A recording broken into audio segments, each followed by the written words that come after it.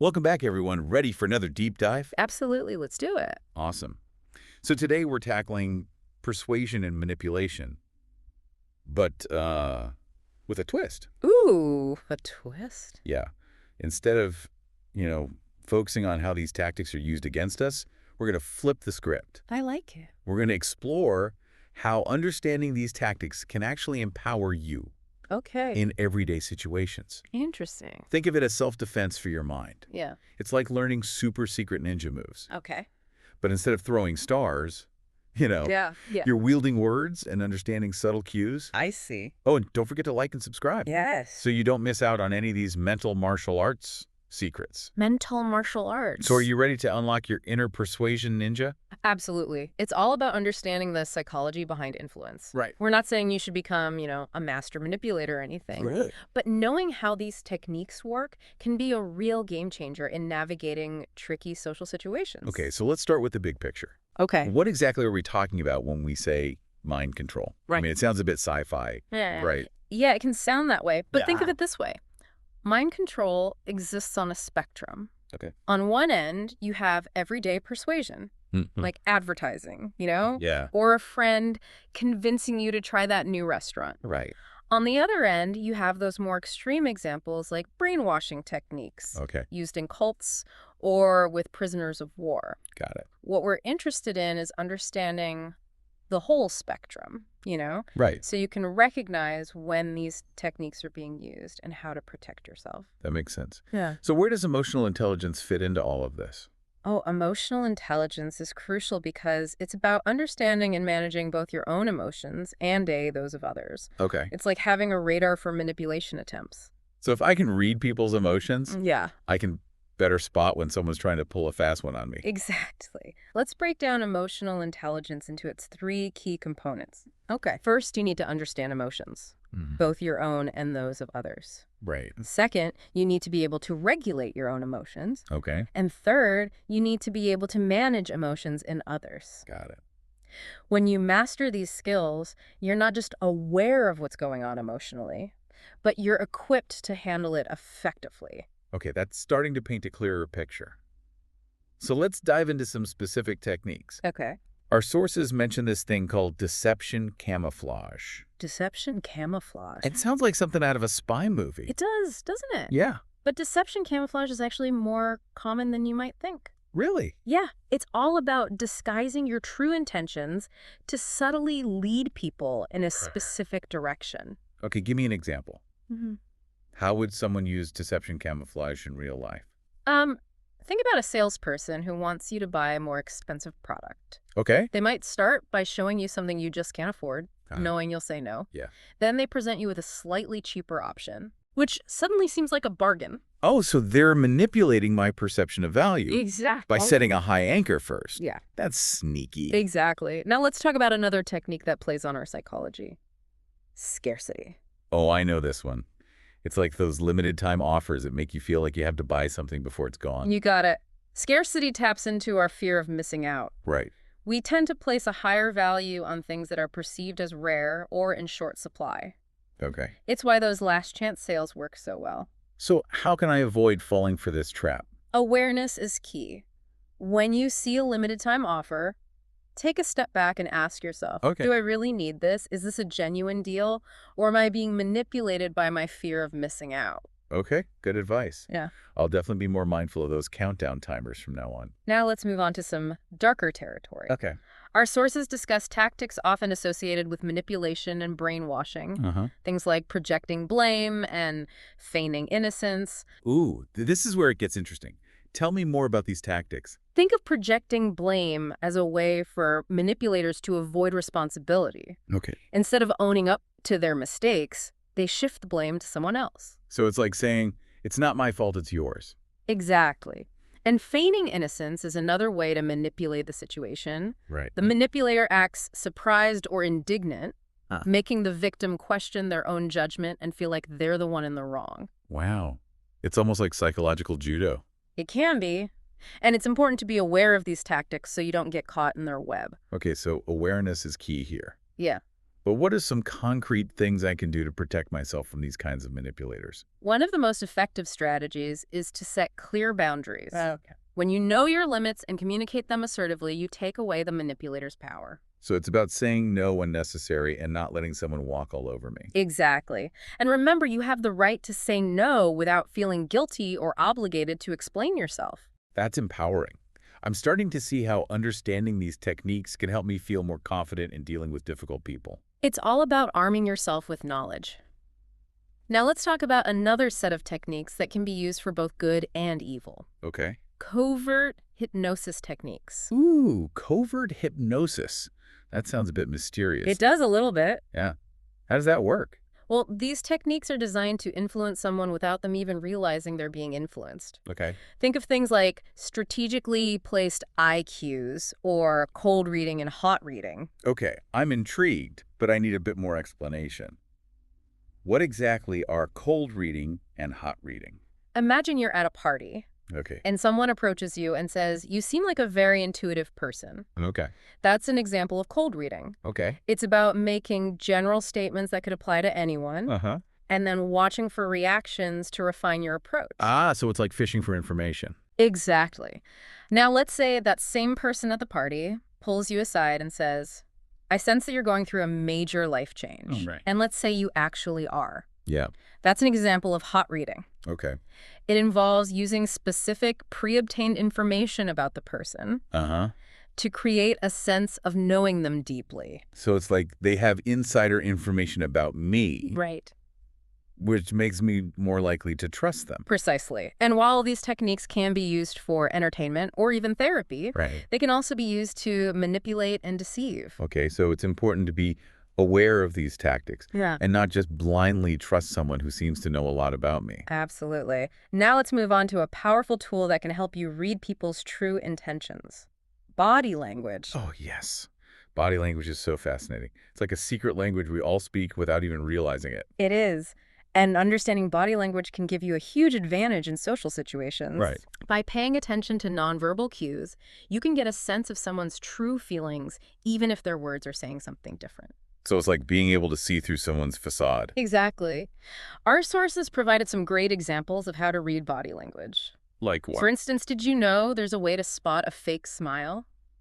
Really? Tell me more. A genuine smile engages the muscles around the eyes, creating those little crow's feet. Yeah. While a fake smile tends to be just a mouth movement. Wow. I never knew that. I'm Yeah. totally going to be watching for that from now on. What other body language secrets can you share? Well, clenched fists can signal anger or frustration, while a sudden change in posture, like someone crossing their arms defensively, might indicate they feel uncomfortable or threatened. Okay. And then there's eye contact, which can be a powerful indicator of interest dominance or even deception. Right. Eye contact can be so intense. It can. Maintaining appropriate eye contact is essential for building rapport and trust.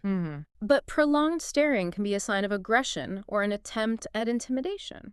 So it's all about reading the context and those subtle shifts in body language. Exactly.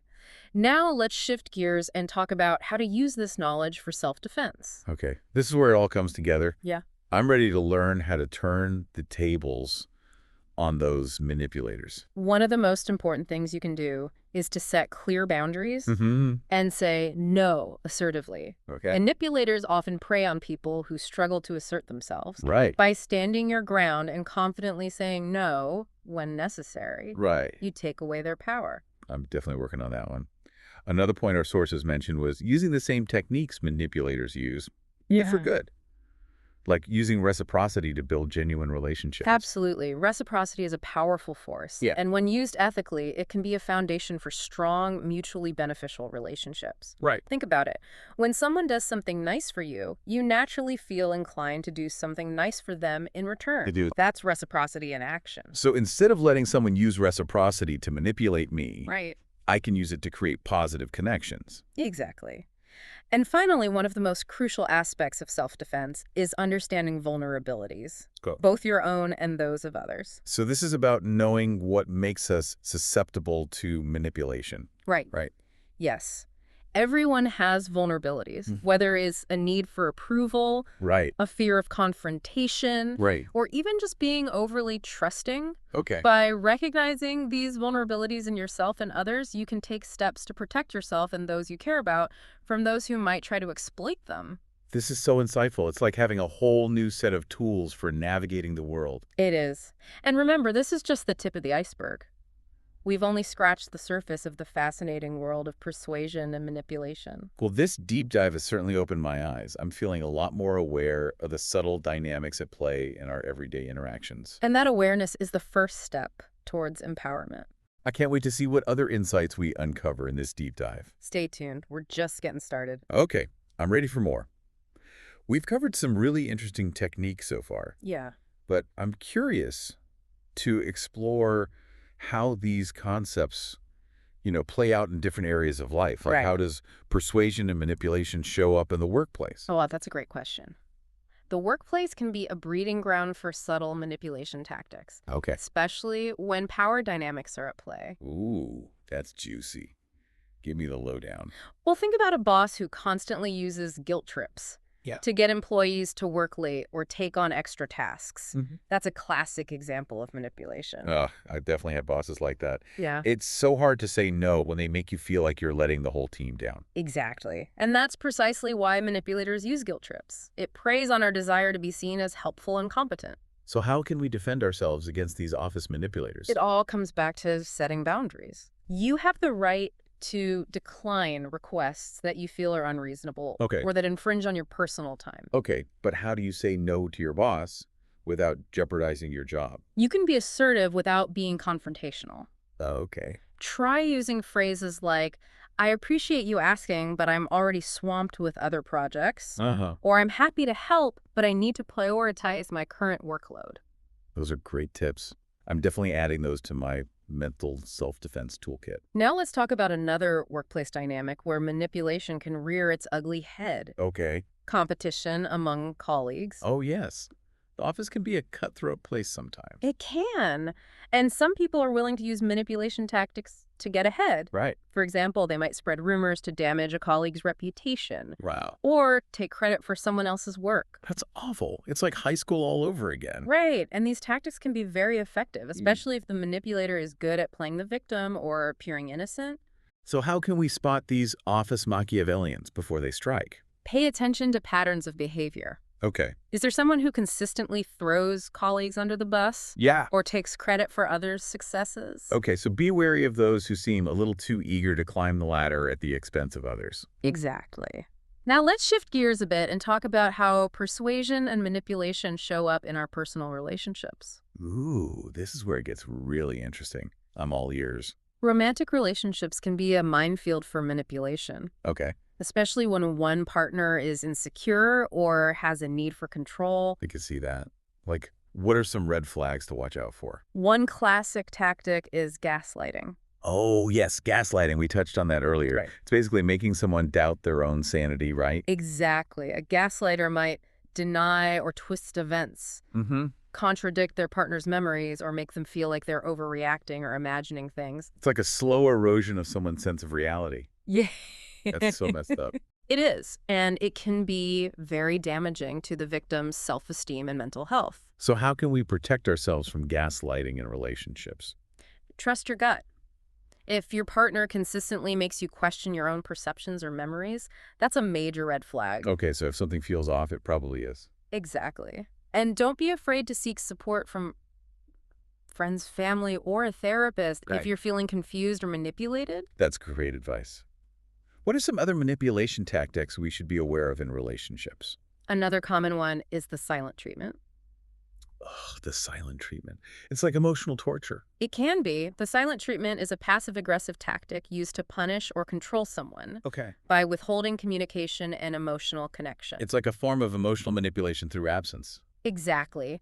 The person giving the silent treatment might claim they need space or time to process their emotions. Right. But it's often a way of avoiding conflict or taking responsibility for their actions. So how do you deal with someone who's giving you the silent treatment? It depends on the context and the relationship. Yeah. But one important thing is to avoid getting drawn into the game. Okay. Don't chase after them, apologize for things you didn't do, or try to force them to talk. Right. Instead, focus on maintaining your own emotional well-being and seeking support from other healthy relationships. It's like refusing to play their game. Right. Exactly. Now let's talk about a concept that's closely related to manipulation in relationships. Okay. Codependency. Okay, codependency. I've heard that term before. Right. But I'm not really sure what it means. Codependency is a pattern of unhealthy behaviors and relationship dynamics, Okay. where one person relies excessively on another for their emotional needs and sense of self-worth. So it's like being overly dependent on someone else for your happiness. Exactly. Codependent relationships are often characterized by an imbalance of power, with one person giving more than they receive. Right. And this imbalance can create a dynamic where one person is constantly seeking validation and approval from the other, while the other person feels a sense of responsibility and obligation to meet those needs. That sounds exhausting. It can be. And codependent relationships are often rooted in unresolved emotional issues from childhood, such as a lack of secure attachment or a history of trauma. So it's important to be aware of these patterns and to work on building healthier, more balanced relationships. Absolutely. Now let's talk about a specific type of codependency that's often seen in relationships with narcissists. Okay. Egoism. Egoism. That's a new one for me. What's that all about? Egoism is a term used to describe a personality type that is the opposite of narcissism. Okay. Egoists are often empathetic, compassionate, and self-sacrificing, putting the needs of others before their own. So they're like the people pleasers in a relationship. Yes. But egoists often struggle to assert their own needs and boundaries, making them vulnerable to manipulation and exploitation by narcissists who thrive on attention and admiration. It's like a toxic match made in heaven. It can be. And egoists often end up feeling depleted and emotionally drained in these relationships. So how can egoists protect themselves? It's all about learning to set healthy boundaries and to prioritize their own needs. That makes sense. Now let's move on to another area where persuasion and manipulation are rampant. Okay. The world of marketing and advertising. Oh, yes.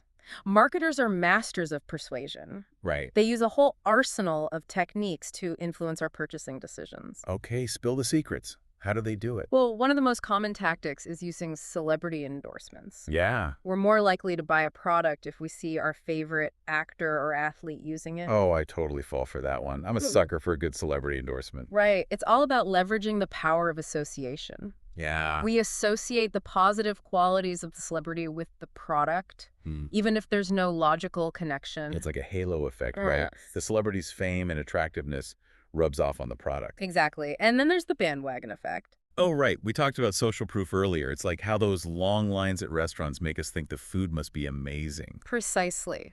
Marketers use this tactic by highlighting how many people are buying their product. Yeah. Or by featuring testimonials from satisfied customers. It's like they're saying, everyone's doing it, so you should too. Exactly. And it can be very persuasive. Right. Especially if we're feeling unsure or want to fit in. So how can we resist the allure of the bandwagon? Be a critical thinker.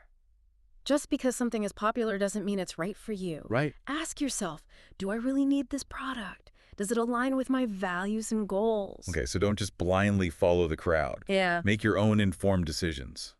Now let's talk about another sneaky tactic marketers use. Okay. Scarcity marketing. Oh, yes. We've discussed scarcity. Yeah. It's like those limited time offers that make you feel like you have to buy something before it's gone. Exactly. Marketers create a sense of urgency by highlighting limited quantities, offering exclusive deals, or using countdown timers. It's like they're playing on our fear of missing out. They are. And it can be very effective. So how can we avoid falling prey to scarcity marketing? Again, it's about being a mindful consumer. Ask yourself, do I really need this product? Is this a genuine deal, or am I being manipulated by my emotions? Great advice. Now let's talk about another area where persuasion and manipulation play a huge role. Oh, okay. Politics. Oh, yes. Politics is a masterclass in persuasion and manipulation. Tell me everything. I want to know all the dirty secrets. Well, one common tactic is using emotionally charged language to sway voters' opinions. Oh, right. Like using fear-mongering or appealing to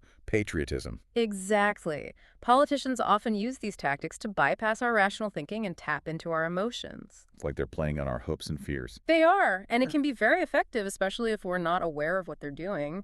So how can we be more discerning voters? Do your research. Okay. Don't just blindly accept what politicians are saying. Look into their track records, their policies, and their sources of funding. Okay. So it's about being informed and engaging in critical thinking. Exactly. And be wary of politicians who rely heavily on emotional appeals or who try to divide people by exploiting their differences. That's great advice. Yeah. I'm feeling a lot more equipped to navigate the world of political persuasion now. Well, yeah. Now let's talk about another area where manipulation can be rampant. Okay. Cults.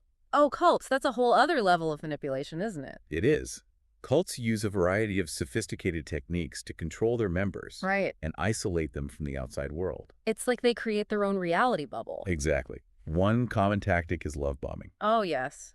We talked about love bombing earlier in the context of romantic relationships. Right. It's all about showering someone with attention and affection, right?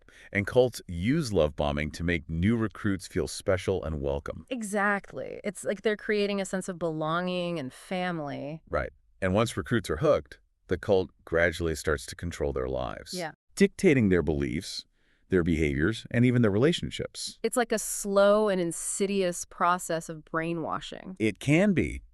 And it's important to be aware of the signs of cult activity so you can protect yourself and your loved ones. Absolutely. Okay, give me the red flags. What should I be watching out for? Be wary of groups that demand absolute obedience or that isolate members from their families and friends. Right. Also be suspicious of groups that claim to have all the answers or that promise a utopian existence. So if it sounds too good to be true, it probably is. Exactly. Now let's talk about another form of manipulation that's often used in cults. Okay. Thought reform. Thought reform. Isn't that another term for brainwashing? It is. Thought reform is a systematic process of manipulating someone's beliefs, attitudes, and behaviors to conform to a particular ideology or group. It's like they're rewiring someone's brain. In a way, yes. And thought reform often involves isolating the individual from their previous support systems, controlling their access to information, and using techniques like sleep deprivation, chanting, and repetition to break down their resistance. That's terrifying. So how can we protect ourselves from thought reform? One of the best defenses is critical thinking. Okay. Don't just blindly accept what you're told. Question everything. Okay, so don't be afraid to challenge authority and to think for yourself. Exactly. And be wary of groups that discourage critical thinking or that punish dissent. This is all so insightful. Yeah. I'm feeling a lot more aware of the dangers of manipulation and the importance of critical thinking. That awareness is key. Now let's talk about another form of manipulation that's often used in cults. Okay. The bait and switch. Bait and switch. Isn't that a sales tactic? It is, but cults use it too. Okay. They might initially present themselves as a harmless self-help group or a spiritual community. But once recruits are invested, the true nature of the group is revealed. It's like they're luring people in with a false promise. Exactly. And it can be very difficult to extricate yourself once you're caught in their web. So how can we avoid falling for the bait and switch? Do your research. Okay. Before joining any group, take the time to learn about their history, their beliefs, and their practices. Okay, so don't be afraid to ask questions and to dig a little deeper. Exactly. And be wary of groups that are secretive or that discourage you from talking to people outside the group. That's great advice. I'm feeling a lot more empowered to protect myself from manipulation in all its forms. Now let's talk about another area where persuasion and manipulation are rampant. Okay. The world of social media. Oh, yes. Social media is a breeding ground for influence and manipulation. It is.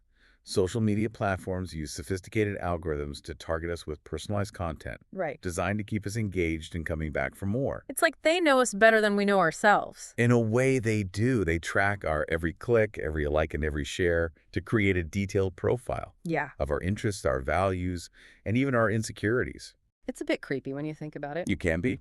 And this data is then used to target us with ads, news articles, and even political propaganda that's designed to influence our opinions and behaviors. Exactly. It's like we're constantly being bombarded with messages that are tailored to manipulate us. So it's important to be aware of this so we can be more critical consumers of information. Absolutely. Okay, but how do we do that? How do we stay informed without getting sucked into the social media echo chamber? One strategy is to diversify your sources of information. Okay. Don't just rely on social media for your news and information. Read books, Listen to podcasts and engage in conversations with people who have different perspectives. Okay, so broaden your horizons and don't be afraid to challenge your own beliefs. Exactly. And be wary of information that confirms your existing biases. Right. Or that comes from sources with a clear agenda. That's great advice. Now let's talk about another way social media is used to manipulate us. Okay. Through the creation of online personas. Oh, yes. People often present a curated version of themselves online, Right. highlighting their successes and downplaying their flaws. It's like everyone's trying to be an influencer these days. Right. And this can create a distorted view of reality, Yeah. making us feel inadequate or envious of others' seemingly perfect lives. It's so easy to get caught up in the comparison game on social media. It is. And it's important to remember that what we see online is often just a highlight reel. Okay, so don't believe everything you see on social media. Yeah. Take it all with a grain of salt. Now, let's talk about another way social media can be used to manipulate us. Okay. Through the spread of misinformation and disinformation. Oh, yes. Fake news is a huge problem these days. It is. Misinformation is false information that's spread unintentionally. Okay. While disinformation is false information that's spread deliberately to deceive or mislead. So it's like the difference between an honest mistake and a deliberate lie. Exactly. And both can have a harmful impact. Yeah. Especially when they go viral on social media. So how can we spot fake news and avoid spreading it? Be a critical thinker. Don't just share something because it's shocking or outrageous. Right. Check the source. Okay. Look for corroborating evidence and be wary of information that confirms your existing biases. Okay, so fact check before you share. Exactly. Now let's talk about another form of online manipulation. Okay. Catfishing. Catfishing. Isn't that when someone creates a fake online profile to deceive someone else? Exactly. Catfishers often create elaborate personas. Okay. Using stolen photos and fabricated stories to lure their victims into online relationships. That's so creepy. What motivates people to catfish others? There are many reasons. Okay. Some catfishers are seeking attention or validation, while others are motivated by revenge or a desire to scam their victims. So it's important to be cautious when meeting people online. Absolutely. Take your time getting to know someone online. Right. And be wary of people who seem too good to be true or who are reluctant to meet in person. Okay, so trust your instincts and don't be afraid to ask questions. Exactly. Now let's talk about another form of online manipulation that's becoming increasingly common. Oh. Cyberbullying. Cyberbullying. That's awful. It is. Cyberbullying is any form of harassment or abuse that takes place online. It's like bullying, but in the digital world. Exactly. And it can be just as damaging as traditional bullying, if not more so. So what can we do to protect ourselves and our loved ones from cyberbullying? Talk to your kids about online safety. Okay. And encourage them to report any instances of cyberbullying to you or to a trusted adult. Okay, so open communication is key. Exactly. And if you're being cyberbullied, don't be afraid to block the bully. Right. Report the abuse to the platform or even involve law enforcement if necessary. That's empowering. It's important to remember that you don't have to tolerate abuse, whether it's online or offline. Absolutely. Now let's talk about another aspect of online manipulation that's often overlooked. Okay. The impact on our mental health. Oh, right. I've heard that social media can be addictive. Yeah. And can contribute to anxiety and depression. It can. The constant comparison. Yeah. The fear of missing out. Mm-hmm. And the pressure to present a perfect image online can take a toll on our mental health. So it's important to use social media mindfully. Absolutely. Set limits on your screen time. Okay. Curate your feed to follow accounts that inspire you, and don't be afraid to take breaks from social media altogether. That's great advice. I'm definitely going to be more mindful of my social media habits from now on. Yeah. Now let's talk about another area where persuasion and manipulation play a significant role. Okay. The workplace. Wait, didn't we already talk about the workplace? We did, but there's so much to cover we need to revisit it. Oh, okay. Get ready for round two. Let's talk about those seemingly harmless office dynamics that can actually be quite manipulative. Give me the scoop. For instance, think about the colleague who's always buttering up the boss with compliments and favors. Oh, the office brown-noser. Exactly. It might seem harmless on the surface, but it can create an unfair advantage and undermine those who are genuinely working hard. It's like playing dirty. It can be. Yeah. And it's important to be aware of these dynamics so you can navigate them effectively. So how do we deal with the office brown-noser without skipping to their level? Focus on your own work and accomplishments. Don't get caught up in the game of trying to out-charm or out-manipulate others. Okay, so stay true to yourself and let your work speak for itself. Now let's talk about another tricky workplace situation. Okay. Dealing with a micromanaging boss. Oh, micromanagers. They're the worst. They can be. Micromanagers often have control issues and a lack of trust in their employees. Right. It's like they're constantly looking over your shoulder. Exactly. And it can be very demoralizing and stifle creativity. So how do you deal with a micromanaging boss without losing your sanity? Communication is key. Try to understand their concerns and reassure them that you're capable of handling the task at hand. Okay, so try to build trust and demonstrate your competence. Exactly. And set clear boundaries by politely but firmly pushing back when they overstep. That's great advice. I'm feeling a lot more prepared to face those workplace manipulators now. Now let's talk about another form of workplace manipulation that can be particularly insidious. Gaslighting. Wait, didn't we already talk about gaslighting in relationships? We did. But gaslighting can also happen in the workplace. Oh, that's right. Often perpetrated by a boss or a colleague who wants to undermine your confidence and credibility. Oh, I see. I can see that. Like, what are some examples of gaslighting in the workplace? A gaslighter might deny your contributions, take credit for your ideas, or spread rumors to damage your reputation. It's like they're trying to erase your accomplishments and make you doubt your own abilities. Exactly. And it can be very damaging to your self-esteem and your career. So how can we protect ourselves from gaslighting at work? Document everything. Okay. Keep a record of your accomplishments, your ideas, and any instances of gaslighting behavior. So if someone tries to rewrite history, you have the evidence to back up your claims. Exactly. And don't be afraid to speak up and confront the gaslighter. Right. Especially if their behavior is affecting your work or your mental health. That's empowering. It's important to stand up for yourself and to protect your reputation.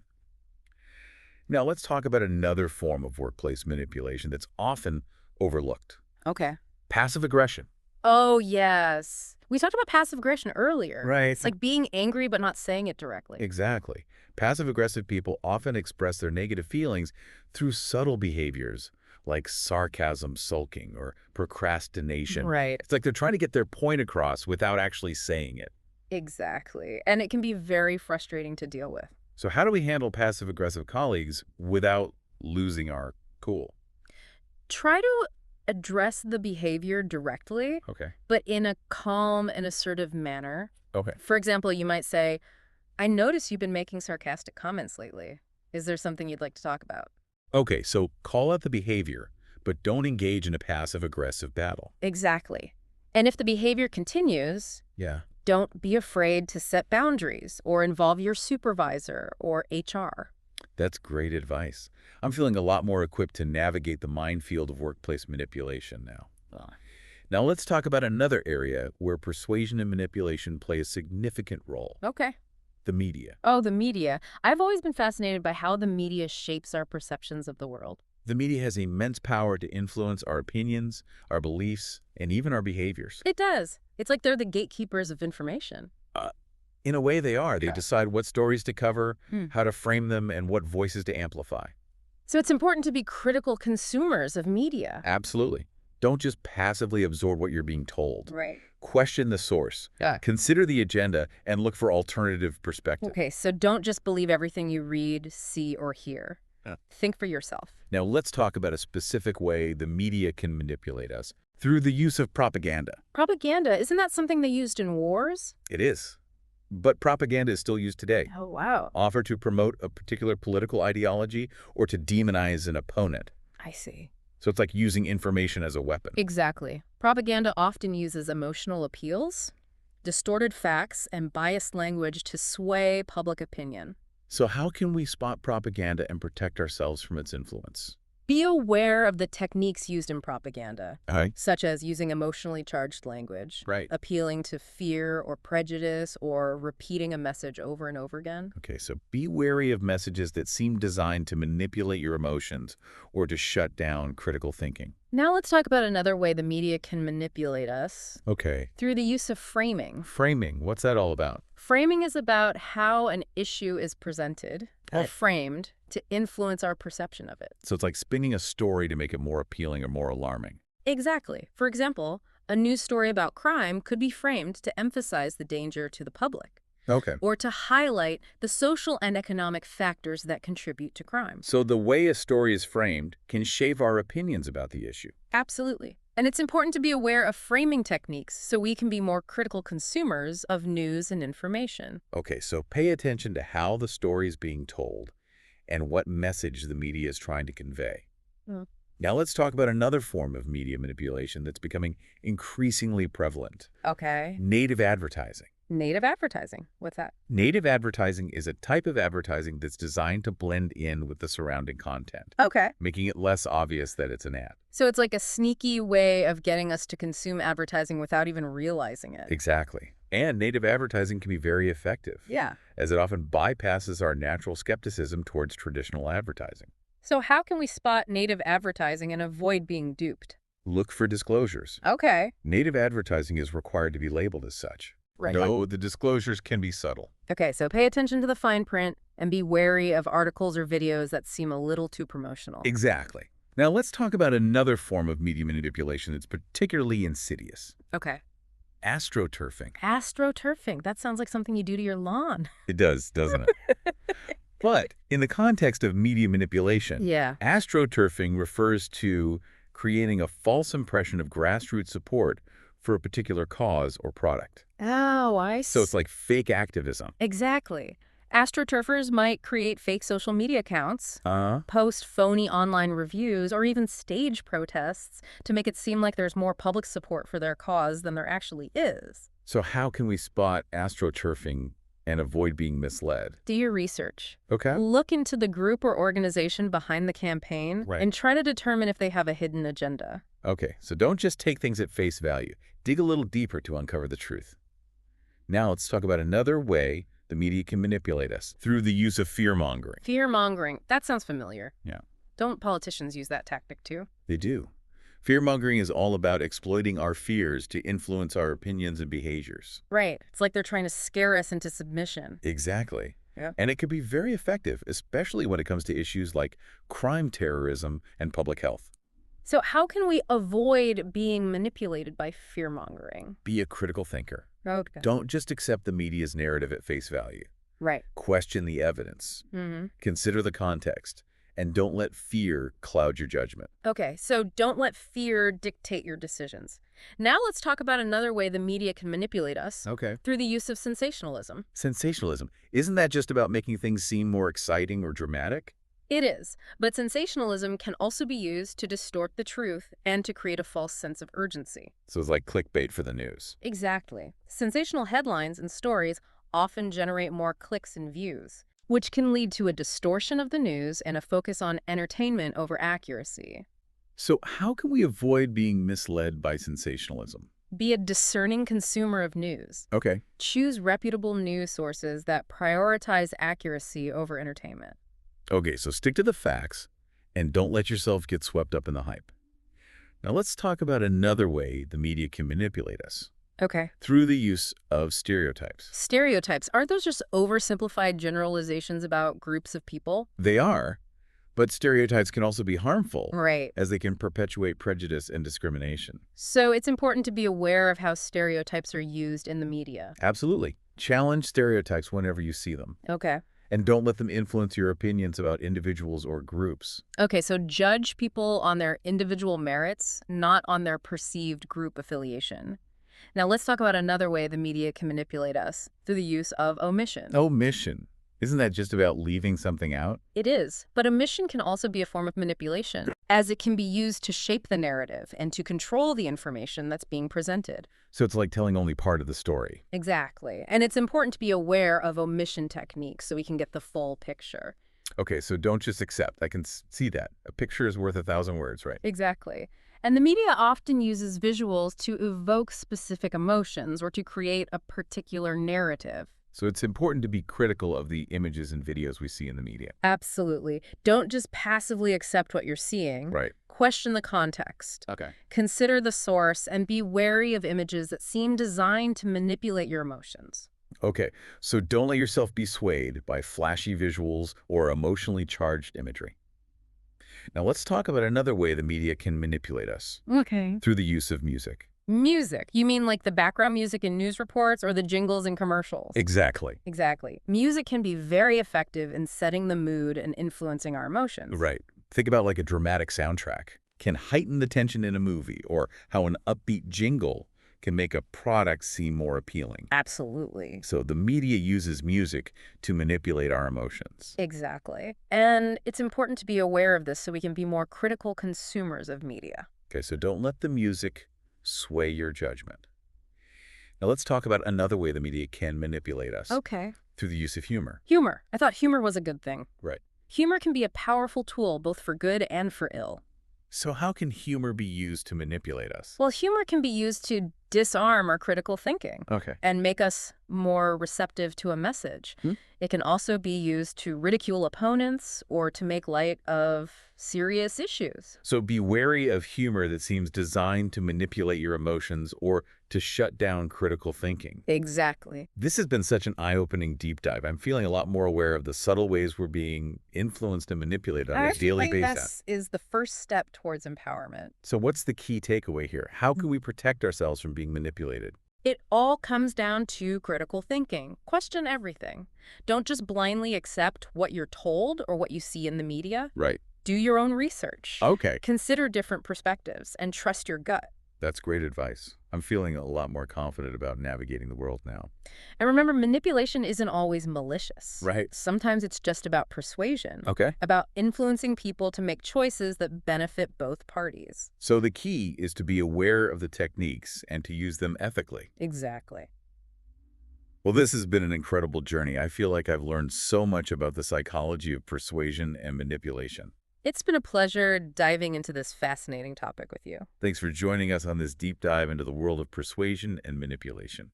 Until next time, stay curious, stay informed, and stay empowered.